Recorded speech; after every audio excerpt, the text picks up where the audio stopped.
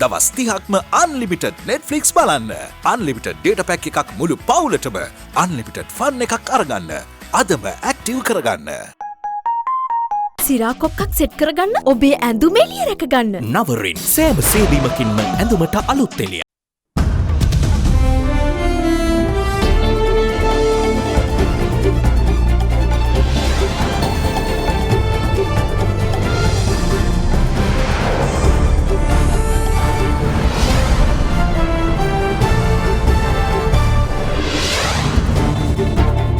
අද 2020 නොවැම්බර් 1 ඉරිදා සිරස්තල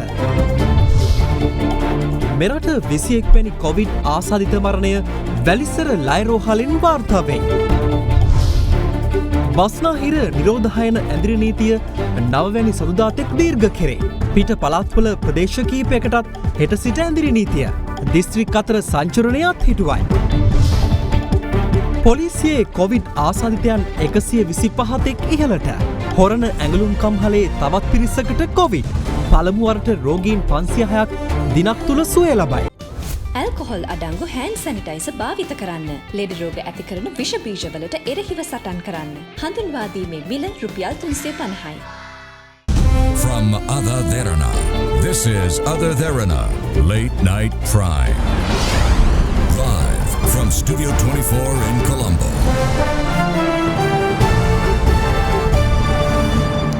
ආයුබෝවන් නොබ අදත් එක්වන්නේ අද දෙරණ රාත්‍රී 10 ප්‍රධාන පුවත් විකාශය සමගින්. මෙරට කොවිඩ් ආසාදිත 21 වැනි මරණය වැලිසර ලයිරෝහලෙන් වාර්තා වනවා. මියගොස් ඇත්තේ මහර ප්‍රදේශයේ 40 හැවිරිදි පුද්ගලයෙකු වන අතර ඔහු අධි රුධිර පීඩනය සහ ශ්වසන පද්ධතියේ ආසාදනයකට ප්‍රතිකාර ලබා ගැනීම සඳහා පසුගිය 23 වැනිදා රෝහල්ගතව තිබෙනවා. පළමු PCR පරීක්ෂණයෙන් කොවිඩ් ආසාදිතයෙකු නොවන බවට හඳුනාගෙන ඇති ඔහු ඊයේ මියගොස් ඇති අතර මරණයෙන් පසු කළ දෙවැනි පරීක්ෂණයේ ප්‍රතිඵලයට අනුව අද හෙළි වී ඇත්තේ ඔහු කොවිඩ් ආසාදිතයෙකු බවයි. මේ අතර අද දිනය තුළ 193 දෙනෙකු කොවිඩ් ආසාදිතයින් ලෙස හඳුනාගත් අතර 506 දෙනෙකු සුවය ලබා රෝහල් වලින් පිටව ගොස් තිබෙනවා. අද දිනේ නව ආසාදිතයන් 193 දෙනෙකු හඳුනාගෙන ඇති බව රජයේ ප්‍රවෘත්ති දෙපාර්තමේන්තුව නිවේදනය කළා. ඒ අතරින් 187 දෙනෙකු පෑලියගොඩ කොවිඩ් පොකුරේ ආශ්‍රිතයන් වන අතර 6 දෙනා නිරෝධායන මධ්‍යස්ථාන වලින් හඳුනා ගැනුණා.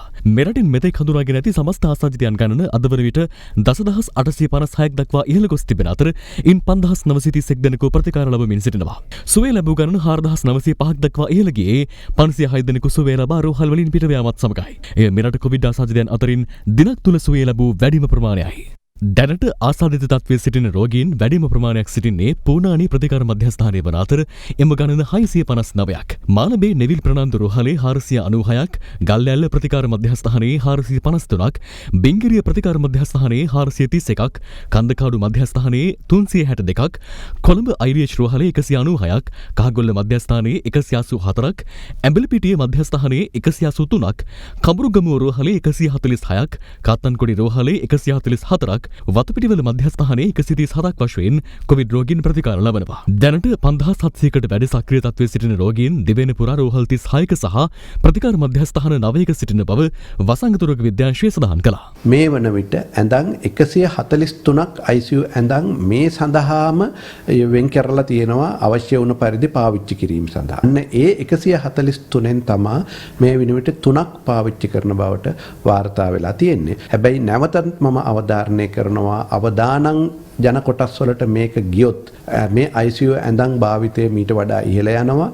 ඒ අනුව මේ සුළු මොහොතකින් සමහර විට මේ ICU ඇඳන් ප්‍රමාණය සන්තෘප්ත වන්න ඉඩ තියෙනවා. මේ අතර හොරණ ගුරුගොඩ ප්‍රදේශයේ පිහිටි ප්‍රධාන පෙළේ ඇඟලුම් කර්මාන්ත ශාලාවක සේවිකාවකට කොවිඩ් වෛරසය ආසාදනය වී ඇති බව ඊයේ හඳුනාගෙන තිබුණේ එහි සේවකයන් 20 දෙනෙකු අතරින් සිදු කළ අහඹු PCR පරීක්ෂණවල ප්‍රතිඵලයක් ලෙසයි. ඒ අනුව එම කම්හලේ තවත් සේවකයන් 170 දෙනෙකුගේ PCR පරීක්ෂණ සිදු කර තිබෙන අතර ඉන් තවත් සේවකයන් 34 දෙනෙකුට වෛරසය ආසාදනය වී ඇති බව අද තහවුරු වුණා. අදාළ කම්හලේ 6000කට ආසන්න පිරිසක් සේවය කරන අතර දැනට එම කර්මාන්ත ශාලාව తాවකාලිකව වසා දමා තිබෙනවා. මවනැල්ල සෞඛ්‍ය වෛද්‍ය නිලධාරී කොට්ටාශයෙන් අද නව ආසාදිතයන් 20 දෙනෙකු හඳුනාගත් බව කෑගල්ල දිස්ත්‍රික් සෞඛ්‍ය සේවා අධ්‍යක්ෂවරයා සඳහන් කළා. ඔවුන් සියලු දෙනාම පෑලියගොඩ කොවිඩ් පොකුරට සම්බන්ධ අයයි. පෑලියගොඩ කොවිඩ් පොකුරෙන් පසු මවනැල්ල සෞඛ්‍ය වෛද්‍ය නිලධාරී කොට්ටාශයෙන් මේ දක්වා වාර්තා වී ඇති සමස්ත ආසාදිතයන් ගණන 27ක්. යටියන්තොට සෞඛ්‍ය වෛද්‍ය නිලධාරී කොට්ටාශයේ සිදු කළ PCR පරීක්ෂණ 39ක් අතරින් කොවිඩ් ආසාදිතයන් 7 දෙනෙකු හඳුනාගෙන තිබෙනවා. මෙම ආසාදිතයන් 7 දෙනාගෙන් 6 දෙනෙකු පෑලියගොඩ කොවිඩ් පොකුරේ ආශ්‍රිතයන් වන අතර අනෙක් පුද්ගලයා කොළඹ වරාය නැවත ටාගාගන්නේ සේවකයෙක්. කළුබවල රෝහලේ ළමා වාට්ටුවක වෛද්‍යවරුන් දෙදෙනෙකුට සහ හිදියකටද වෛරස් ආසාදනය වී ඇතැයි හඳුනාගෙන තිබෙනවා. මේ අතර මේරිකම තවලම්පිටිය ප්‍රදේශයේ වැඩිහිටි නිවාසික සේවය කළ පුද්ගලයෙකුට කොවිඩ් වෛරස් ආසාදනය වී තිබෙනවා. පොසිටිව් වෙලා ඉන්න පුද්ගලයා එහි සේවකයෙක්. ඒ පුද්ගලයා රෝග එහින් ජීවත් වෙන වැඩිහිටියන් සමග සම්බන්ධතා පවත්ලා ඇති බවක් අපිට පෙනී යන්නේ නැහැ. ඒ නිසා දැනට ඔහුගෙන් රෝගය ඒ වැඩිහිටියන්ට පැතිරෙන්න අවදානමක් අපිට පේන්නේ නැහැ. දෙමටගොඩ පිහිටි කොළඹ අපරාධ කොට්ටාශයේ කාන්තා පොලිස් නිලධාරිණියක් ඇතුළු දෙදෙනෙකුට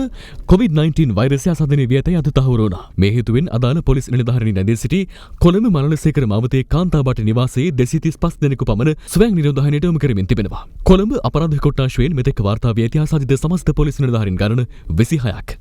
යනුව දිවයිනේ කොවිඩ් ආසාදිත සමස්ත පොලිස් නිලධාරීන් ගණන 125ක් දක්වා ඉහළ ගොස් ඇති බවයි පොලිසිය සඳහන් කළේ. මේ අතර කොළඹ ප්‍රදේශයේ රාජකාරී කරන පොලිස් නිලධාරියෙකු PCR පරීක්ෂණයකට යොමු වීමෙන් අනතුරුව කුරුණෑගල නිකවරටිය දියගම ප්‍රදේශයේ උපන්දින සාදයකට සහභාගී වී තිබෙනවා. ඔහු කොවිඩ් ආසාදිතයෙකු බව වාර්තා ලැබීමෙන් පසු තහවුරු වීම නිසා එම උපන්දින සාදයට එක් වූ පවුල් 36කට අයත් ආශ්‍රිතයන් 165 දෙනෙකු ස්වයං නිරෝධායනයට යොමු කෙරුණා. කොවිඩ් වෛරස් ආසාදනය වී ඇතැයි තහවුරු වී දින 4ක් ගත වුවත් කිසිදු රෝහලක් වෙත යොමු නොකළ පිළියන්දල කහපොළ ප්‍රදේශයේ මාළු වෙළෙන්දකු පිළිබඳව අප ඊයේ වාර්තා කළා. එනුව සෞඛ්‍ය අංශ විසින් ඔහුව අද පස්වරුවේ රෝහල්ගත කිරීමට පියවර ගත්තා.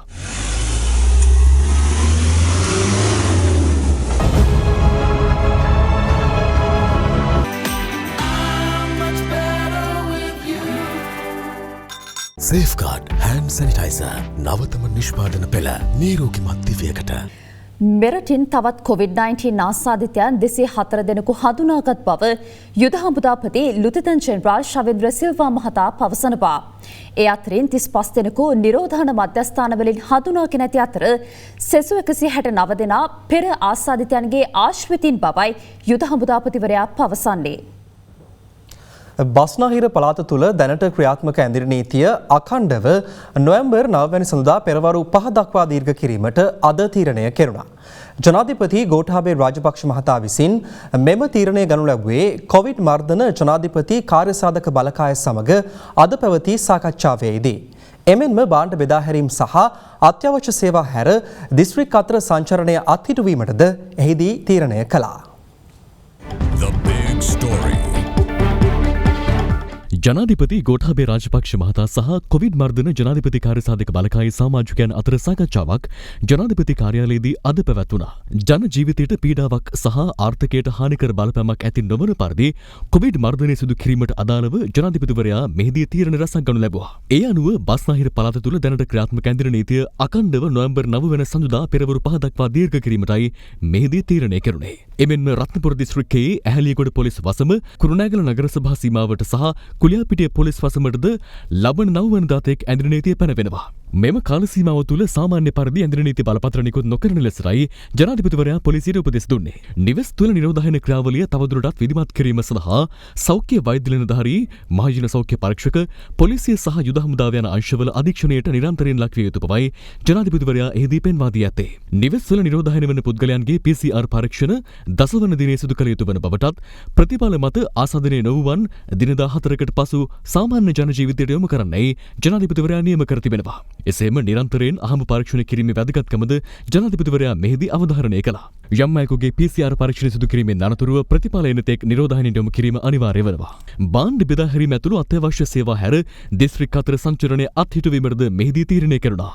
රෝග ව්‍යාප්තිය වැළැක්වීමට සති 2ක කාලයක් අඛණ්ඩව ඇඳිරි නීතිය ක්‍රියාත්මක කිරීම ප්‍රමාණවත් බව සාකච්ඡාවට සහභාගී වූ සෞඛ්‍ය නිලධාරීන්ගේ අදහස වී තිබෙනවා. ඇඳිරි නීතිය ක්‍රියාත්මක කාලය තුළ මීට පෙර සිදු කළ ආකාරයටම අත්‍යවශ්‍ය භාණ්ඩ බෙදා හැරෙන බව ආර්ථික පුනර්ජීවනය පිළිබඳ ජනාධිපති කාර්යසාධක බලකායේ ප්‍රධානී බැසිල් රාජපක්ෂ මහතා එහිදී සඳහන් කළා. එමෙන්ම ඔහු වැඩදුරටත් කියා සිටියේ දිස්ත්‍රික් සහ ප්‍රාදේශීය ලේකම්වරුන්ට ග්‍රාම නිලධාරීන්ට සහ පළාත් පාලන නියෝජිතයන්ට වගකීම් පවරමින් වැඩසටහන ක්‍රියාත්මක කරන අතර මාසික වැඩිහිටි දීමනාව පෙර පරිදිම නිවසටම ගොස් බාර දෙන බවයි.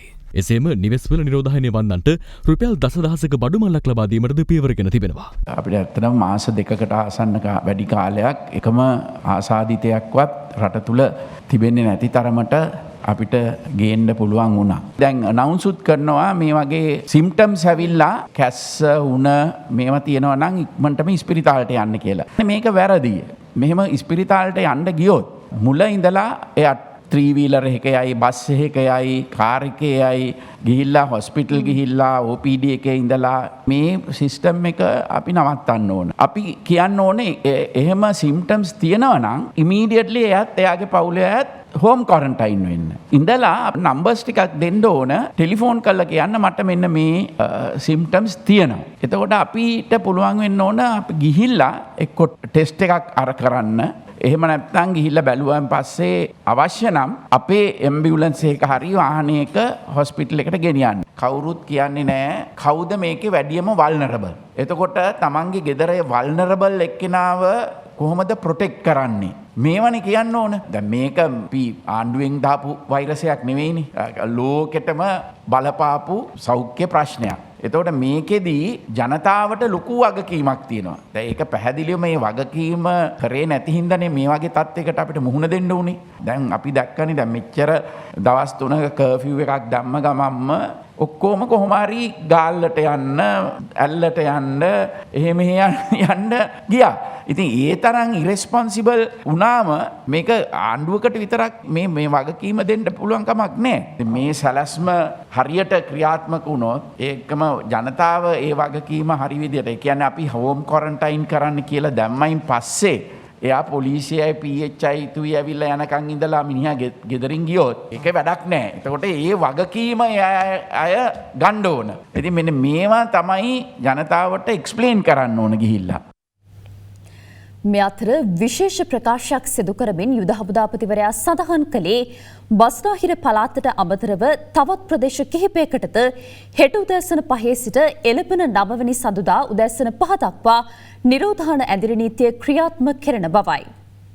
බස්නාහිර පළාතට අමතරව රත්නපුර දිස්ත්‍රික්කයේ ඇහැලියගොඩ පොලිස් වසමටත් ඒ වගේම කුරුණෑගල නගර සභා සීමාවටත් ඒ වගේම කුලියාපිටිය පොලිස් වසමටත් මේ ආකාරයෙන්ම හෙට උදෑසන 5 සිට 9 වෙනිදා උදෑසන 5 දක්වා නිරෝධායන ඇඳිරි නීතිය ක්‍රියාත්මක වීමට කටයුතු කරනු ලබනවා. මෙසේ නිරෝධායනට ලක්වෙන පුද්ගලයන් සියලුම අයවලුන් වෙත රජයේ විසින් සහන ආහාර මල්ලක් ලබා දීමට කටයුතු කරනු ලබනවා.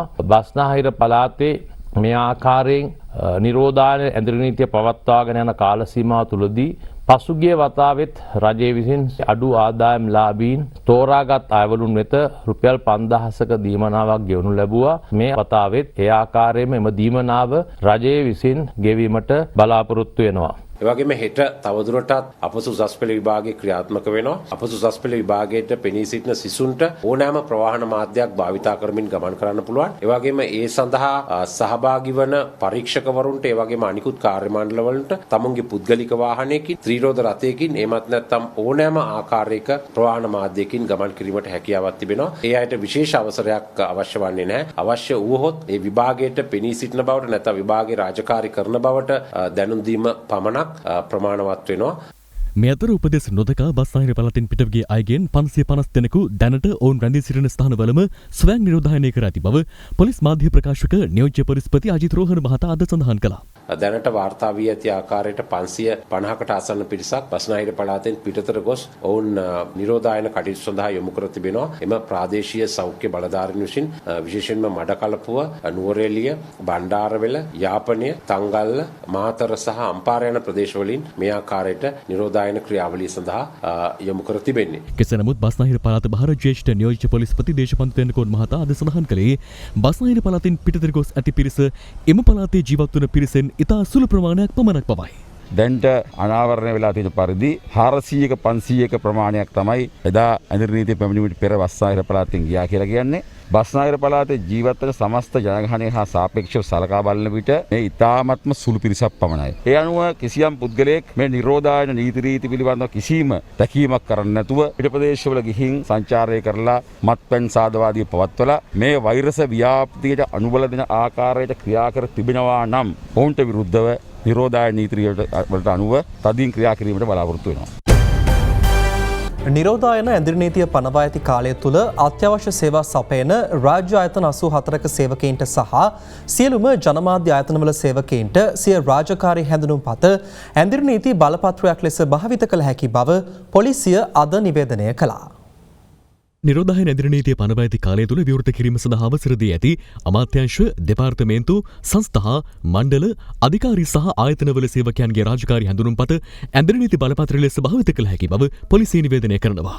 යනුව ජනාධිපති කාර්යාලය, අග්‍රාමාත්‍ය කාර්යාලය, ආරක්ෂක අමාත්‍යාංශය, සෞඛ්‍ය අමාත්‍යාංශය, ඛනිජ තෙල් නීතිගත සංස්ථාව, ලංකා විදුලි බල මණ්ඩලය, දිස්ත්‍රික් ලේකම් කාර්යාල, ප්‍රාදේශීය ලේකම් කාර්යාල, සියලුම පළාත් පාලන ආයතන, සියලුම මාධ්‍ය ආයතන ඇතුළු ආයතන 84ක සේවකයන්ගේ රාජකාරී හැඳුනුම්පත ඇඳිරි නීති බලපත්‍රය ලෙස භාවිත කළ හැකියි. සම්පූර්ණ ආයතන ලේඛනය www.adaderana.lk වෙබ් අඩවියට පිවිසීමෙන් ඔබට ලබාගත හැකි වෙනවා.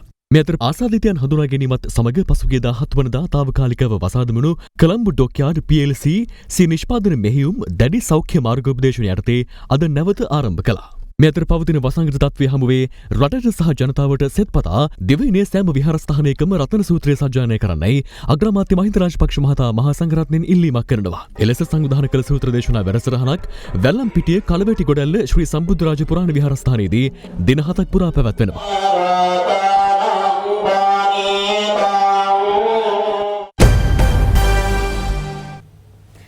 පාර්ලිමේන්තු ආරක්ෂකංශයේ පොලිස් නිලධාරීන්ට සහ පාර්ලිමේන්තු වාර්තාකරුවන්ට COVID-19 ආසාදනය වූයේ ඒ පිළිබඳව තමන් කළ පූර්ව අනතුරු ඇඟවීම් නොතකා 20 වෙනි සංශෝධනයේ සම්මත කර ගැනීමේ අරමුණෙන් පාර්ලිමේන්තුව රැස් කිරීම නිසා බව විපක්ෂ නායක සජිත් ප්‍රේමදාස මහතා පවසනවා. අනුරාධපුර ඉසුරුමුණිය පුදබිම වැඳ පුදා ගැනීමට අද පස්වරුවේ පැමිණි අවස්ථාවේදී මාධ්‍ය වෙත අදහස් දක්වමින් විපක්ෂ නායකවරයා මේ බව සඳහන් කළා. COVID-19 පොසිටිව් වෙලා තමන්ගේ ගෙවල් වලම ඉන්නේ කියන උපදෙසක් ලබා දීලා තිබෙනවා. ඒ කියන්නේ පහුගිය පාර්ලිමේන්තු සතියේ මම කිව්වා පාර්ලිමේන්තුවේ ආරක්ෂාව ගැන පොඩ්ඩක් මේට වැඩි හිතන්නේ කියලා. මේ වෙන විට පාර්ලිමේන්තුවේ හිටපු පොලිසිය නිලධාරීතුමෙකුටත් මාධ්‍ය ශාස්ත්‍රයේ දෙපළකටත් කොරෝනා වැළඳිලා තිබෙනවා. පාර්ලිමේන්තුව කිසිම බයක් නැතුව රැස් කරා 20 අනුමත කරගන්න. දැන් ලබන සතියේ පාර්ලිමේන්තු රැස්වීම සීමා කරලා තියෙනවා පැය කිහිපයකට. මේ අතර පක්ෂ විපක්ෂ දේශපාලන නියෝජිතයන්ද COVID-19 ව්‍යාප්තිය සම්බන්ධයෙන් අදහස් පළ කළා. අපි මේ රට දුවන්න උත්සාහ කරන්නට ඕන. නැත්නම් අපිට සම්පූර්ණයෙන්ම වහලා දාලා නවත්තන්නත් බෑ. සියලු දෙනාම එකතු වෙලා මුලින්ම අපේ සෞඛ්‍ය ආරක්ෂා කරගෙන මේ මහා ව්‍යසනයෙන් මේ රට ආරක්ෂා කරගෙන අපි ඉදිරියට යන්නට ඕන. මේක අභියෝගාත්මක අවස්ථාවක්. ඒක තනියෙන් කරන්නට බෑ. අපි කමියුනිටි එකක් වශයෙන් සියලු දෙනාම එකතු වෙලා මේ අභියෝගයට මුහුණ දීලා මහ ජනතාව තමන්ගේ යුතුකම් ඉෂ්ට කරයි කියලා ඉතාමත්ම කාරුණිකව ඉල්ලා සිටිනවා. පළවෙනි කොවිඩ් රැළ නිර්මාණය වෙලාවේ කොවිඩ් අරමුදලක් නිර්මාණය කරා. දැන් මේ අරමුදල ගැන කවුරුත් දන්නේ නැහැ. එතකොට මේ කොවිඩ් අරමුදලට එකතු වෙච්ච සල්ලි කෝ? ඒක බරපතල තත්ත්වයක්. ලෝක බැංකුව මාස 6කට පෙර දුන් ඩොලර් මිලියන 127 පුස්කයි. මේ ප්‍රවෘත්තිය මාධ්‍ය ආයතන කිහිපයක පළ වුණා. ලෝකේ හොඳටම කොවිඩ් පාලනය කරයි කියලා පුරසාරම් දෙඩුවා. අද දැන් 10 පැනලා අපි හිතනවා හරියට පරීක්ෂණ පැවැත්වුවොත් මේ ප්‍රමාණය මීට වඩා 5-6 ගුණයකින් වැඩි වෙයි කියලා රට තුල. ඇත්තටම තවමත් අපිට ශ්‍රී ලංකාවේ තත්ත්වය දිහා බලපුවම මරණ සංඛ්‍යාව, රෝගීන්ගේ සංඛ්‍යාව අනෙක් රටවල් දිහා බලපුවම ඉතාම අඩු තත්ත්වයක් තියෙන්නේ. ඒ නිසා රජයක් හැටියට අපි පරිම වශයෙන් මේක මර්ධනය කරන්න කටයුතු කරනවා. මුළු රටම ලොක්ඩවුන් කරනවායි කියන එක ඒ තරම් දෙයක් නෙමෙයි. ඒක ඉතාම සරල දෙයක්. නමුත් අපි දන්නවා මාස ගණනක් අපේ රට වහලා තිබුණා. අපිට පිරිමහා ගන්න බැරි පාඩු බවට පත් වෙනවා.